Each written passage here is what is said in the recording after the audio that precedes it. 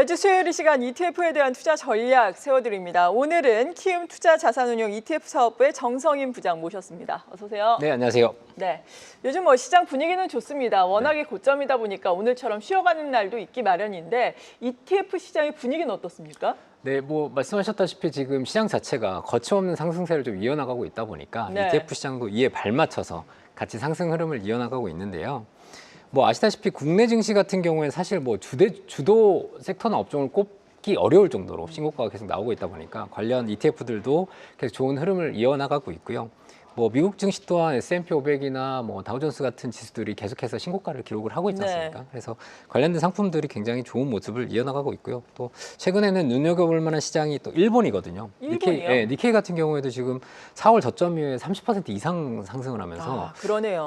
굉장히 좀 좋은 모습을 보여주고 있는데 제가 ETF 수익률 상위 10개 종목을 좀 들고 나와봤어요. 일주일 네. 기준인데 보시면은 1위와 2위에는 그 앞서 말씀드렸던 일본 관련 상품들이 좀 올라와 있어요. 정말 ETF 종류가 많네요. 일본 네. 반도체 ETF도 있네요. 국내 이제 상장 종목이 1000개 종목 정도 되기 네. 때문에 굉장히 많아요. 없는 게 없는 시장이 네. 되어버렸는데 지금 수익률 1위와 2위에는 앞서 말씀드린 일본, 특히 이제 일본 같은 경우에도 지금 반도체가 좀 주도를 하고 있거든요. 그래서 플러스 일본 반도체 소부장 그리고 타이거 일본 반도체 팩싯 ETF가 지금 10% 이상의 수익률을 기록하면서 좀 좋은 모습을 보이고 있고요.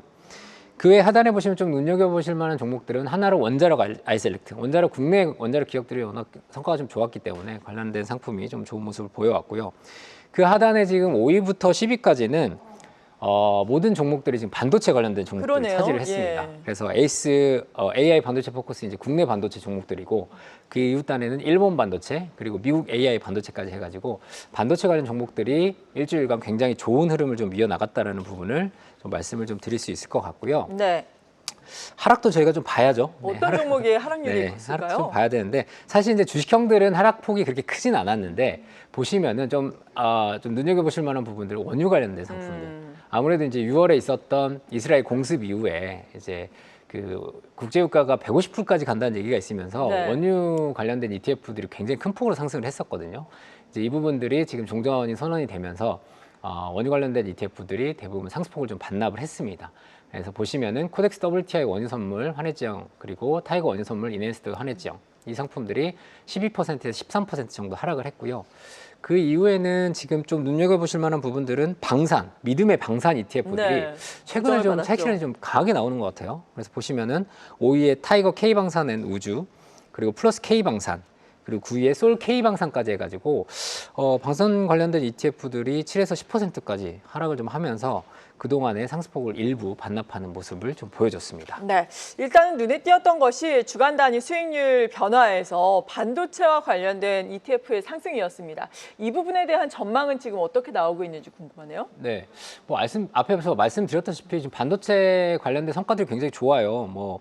일주일만 보더라도 S&P 500이 지금 3.4% 오르고 나스닥이 4% 올랐는데 그 대표적인 반도체 지수라고 할 수 있는 필라델피아 반도체 지수 PHLX 지수가 6.8% 오르면서 이제 지수를 큰 폭으로 지금 아웃퍼폼을 했거든요. 네. 보시면 기저에는 엔비디아가 9.7%, AMD가 12.1%, 그리고 이제 브로드컴이 7.7% 오르면서 이 반도체 지수 자체를 굉장히 큰 폭으로 끌어올렸거든요.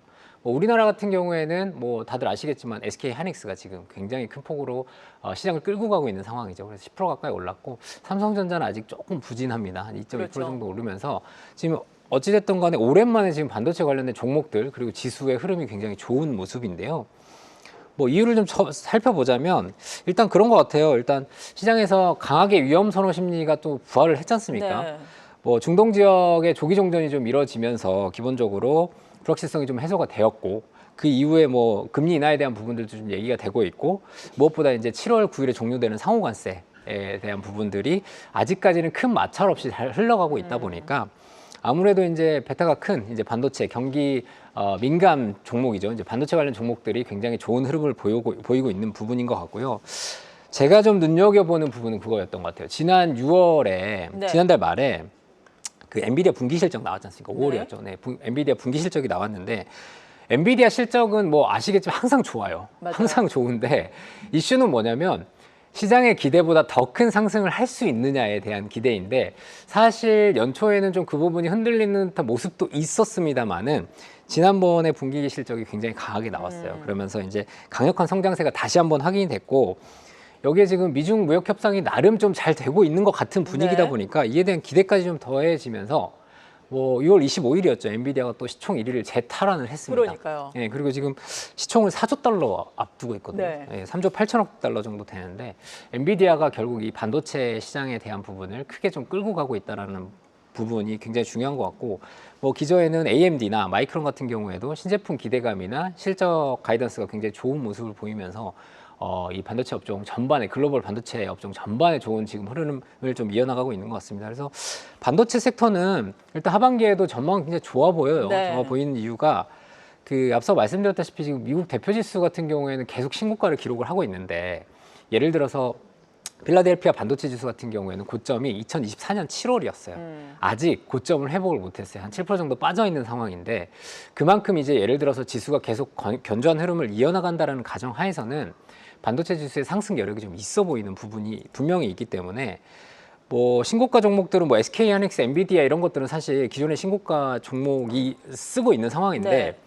뭐 예를 들어 대표적으로 삼성전자, ASML, 퀄컴 이런 종목들은 아직까지 고점 대비 약 30% 지금 빠져 있는 상황이기 때문에 시장에서는 뭐 시장이 계속해서 이렇게 좋은 흐름을 이어나간다는 가정 하에서는 반도체 종목들이 앞으로 좀 더 시장 하반기에는 좋은 흐름을 이어가지 않을까 그런 기대들을 좀 하고 있습니다. 네, 엔비디아가 4거래일 연속 사상 최고치를 경신을 했어요. 간밤에는 조정을 받긴 했는데 뭐 소폭의 조정이었다라고 봐도 무방할 정도. 오늘 같은 경우에도 우리나라 시장이 조정받으면서 반도체 주들도 조정을 받고 있는데 오히려 또 이럴 때 매수의 기회도 될 수 있잖아요. 앞서 보니까 반도체와 관련해서도 ETF가 좀 많더라고요. 좀 네. 확인해 볼까요? 반도체 관련 종목들이 굉장히 많습니다. 네. 굉장히 많은데 뭐 어찌됐든 간에 지금 AI 반도체가 아직까지도 시장을 끌고 가는 거는 팩트인 것 같고요. 보시면은 반도체도 뭐 종목도 많지만은 국가별로도 다 준비가 돼 있어요. 네. 보시면은 제가 오늘 좀 들고 나왔는데 먼저 이제 글로벌 반도체 예를 들어서 미국이나 한국 그리고 유럽까지 투자하실 수 있는 상품으로는 뭐 저희 키움에서 운영하고 있는 키움 글로벌 AI 반도체 뭐 이 상품 같은 경우에도 지금 3개월 수익률이 18% 정도 기록을 하고 있고 이제 좋은 흐름을 좀 이어나가고 있다고 보시면 될 것 같고 이제 미국 관련된 반도체 상품으로 가장 유명한 부분은 이제 타이거에서 운영하고 있는 미국 필라델피아 AI 반도체 나스닥 ETF 성과가 굉장히 좋아요. 네. 지금 3개월 23% 정도 수익이 났기 좋네요. 때문에 뭐 엔비디아가 끌고 있기 때문에 굉장히 좋은 성과를 좀 기록을 하고 있고요. 그리고 지금 국내 반도체도 지금 SK 하이닉스가 워낙 실적이 좋다 보니까 성과 자체가 좋은데 에이스 AI 반도체 포커스 그리고 코덱스 AI 반도체 ETF 이 두 종목은 국내 반도체 기업들로만 구성이 되어 있는 종목들이다라고 보시면 될 것 같고 그리고 제가 앞서 소개를 해드렸지만은 일본 반도체도 굉장히 흐름이 좋아요. 최근에 좋았네요. 네, 더군다나 지금 엔화 강세까지 계속해서 나오고 있기 때문에 플러스 일본 반도체 소부장 ETF가 지금 상장이 돼 있는데 최근 일주 수익률이 10.38%, 3개월도 16% 정도 상승을 하고 있기 때문에 이 국가별로 상품들이 굉장히 다양하게 지금 상장이 되어 있기 때문에 국가별 전략을 좀 파악을 하시고 투자를 하시는 부분을 권유를 드리고 있습니다. 네, 오늘은 반도체를 중심으로 한 ETF를 많이 이야기를 했는데 개인 투자자들이 어떤 ETF를 샀는지 보자면은 또 개인 투자자들의 투자 심리를 읽어볼 수 있잖아요. 네. 스매스 상위 ETF는 어떤 것들이 있었습니까? 네, 제가 상위 종목들 좀 준비해 봤는데 두 가지 정도로 요약을 할 수 있는 네. 것 같아요. 첫 번째 국장, 두 번째는 배당.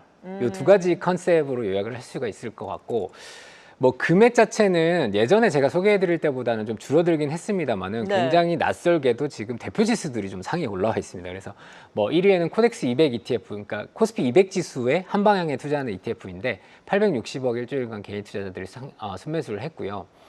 그 외에 지금 4위에 보면 코덱스 코스닥 150 선물 레버리지, 요 ETF가 한 300억 정도 순매수를 했고. 그 외에는 지금 배당 관련된 종목들이 좀 올라와 있는데 2위에 보면 플러스 고배당주. 네. 굉장히 고배당이 최근에 어쨌든 국장의 상승의 가장 큰 수혜 종목이다라고 꼽히고 있다 보니까 개인 투자자분들이 워낙 관심을 많이 갖고 있고 그러다 보니까 이 플러스 고배당주 ETF도 최근에 1조 원을 돌파를 했더라고요. 굉장히 많은 자금 유입이 되고 있고 그리고 이제 지주사 이슈랑 묶여 있는 코덱스 증권이 또 최근에 그 수익률 자체가 좋다 보니까 굉장히 큰 폭으로 자금 유입이 좀 이어지고 있는 상황이고요.